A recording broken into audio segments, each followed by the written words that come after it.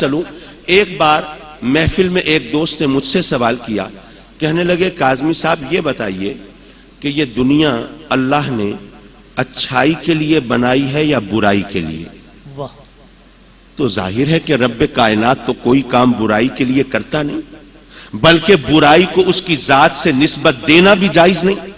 تو میں نے ان کو بتایا جب یہ کائنات اللہ نے بنائی تو یقیناً یہ دنیا اللہ نے اچھائی کے لیے بنائی۔ تو وہ صاحب کہنے لگے کہ کاظمی صاحب ذرا اپنے گرد و پیش میں نظر ڈالیے، آس پاس دیکھیے، دنیا کا جائزہ لیجئے، تو آپ بتائیں کہ دنیا میں اچھائی زیادہ ہے یا برائی زیادہ ہے؟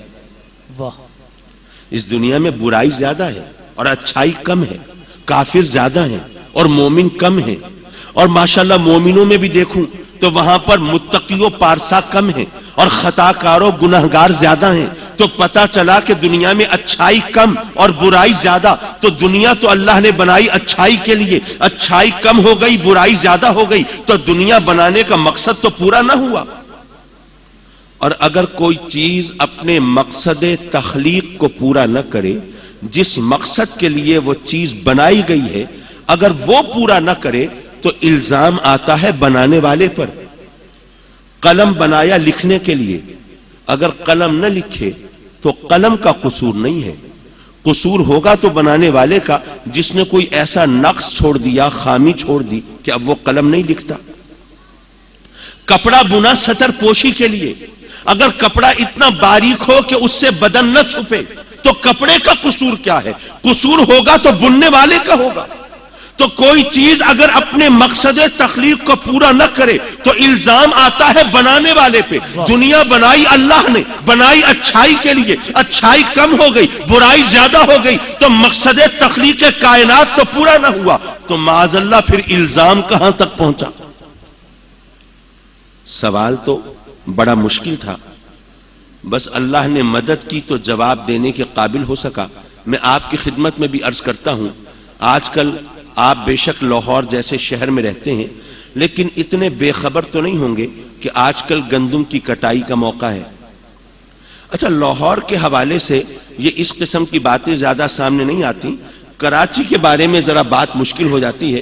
ایک دفعہ ہمارے کچھ عزیز کراچی سے آئے اور ان کے بچے کہنے لگے انکل ہم نے کماد کے شوگر کین کے کھیت دیکھنے ہیں۔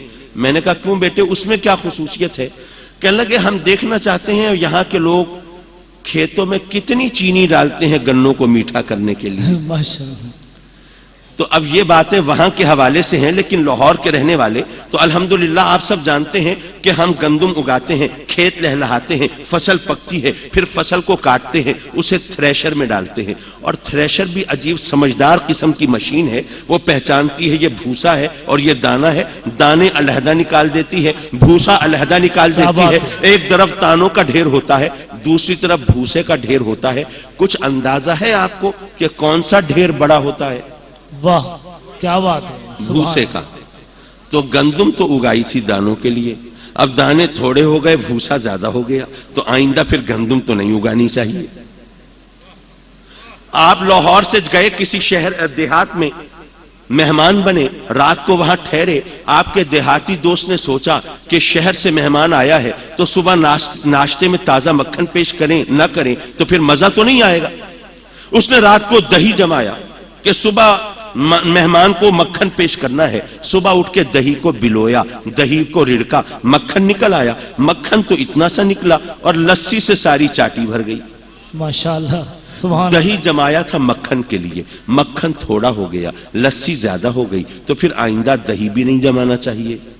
لیکن لوگ بھی بڑے ضدی ہیں، روز دہی جما لیتے ہیں، ہر سال گندم اگا لیتے ہیں۔ نہیں بھائی، بات ضد کی نہیں ہے، بات دراصل یہ ہے کہ کبھی کبھار مقصد کو مقدار کے ذریعے نہیں ناپتے بلکہ معیار کے ذریعے ناپتے ہیں۔ یہ نہیں دیکھتے کہ چیز کتنی ہے، یہ دیکھتے ہیں کہ چیز کیسی ہے۔ سبحان اللہ، کیا بات ہے، ماشاءاللہ ماشاءاللہ۔ اللہ یا رسول اللہ۔ حضرات مکرم اگرچہ گندم کا ڈھیر چھوٹا ہے لیکن اگر وہ کھانے کے لائق ہے، پیٹ بھرا جا سکتا ہے، غذائی ضرورت پوری کرتا ہے تو مقصد پورا ہو گیا. لیکن اگر وہ بھوسے سے دگنا ڈھیر ہو لیکن گھن لگا ہو، گلا ہوا ہو، کھانے کے لائق نہ ہو تو مقصد پورا نہیں ہوا. اگرچہ مکھن تھوڑا ہے لیکن خوش ذائقہ ہے، لذیذ ہے، مزیدار ہے، مہمان کے سامنے درخواست دسترخوان پہ رکھا جا سکتا ہے تو مقصد پورا ہو گیا. لیکن مکھن بہت ہو لیکن بدبودار ہو، زبان پہ رکھنے کے لائق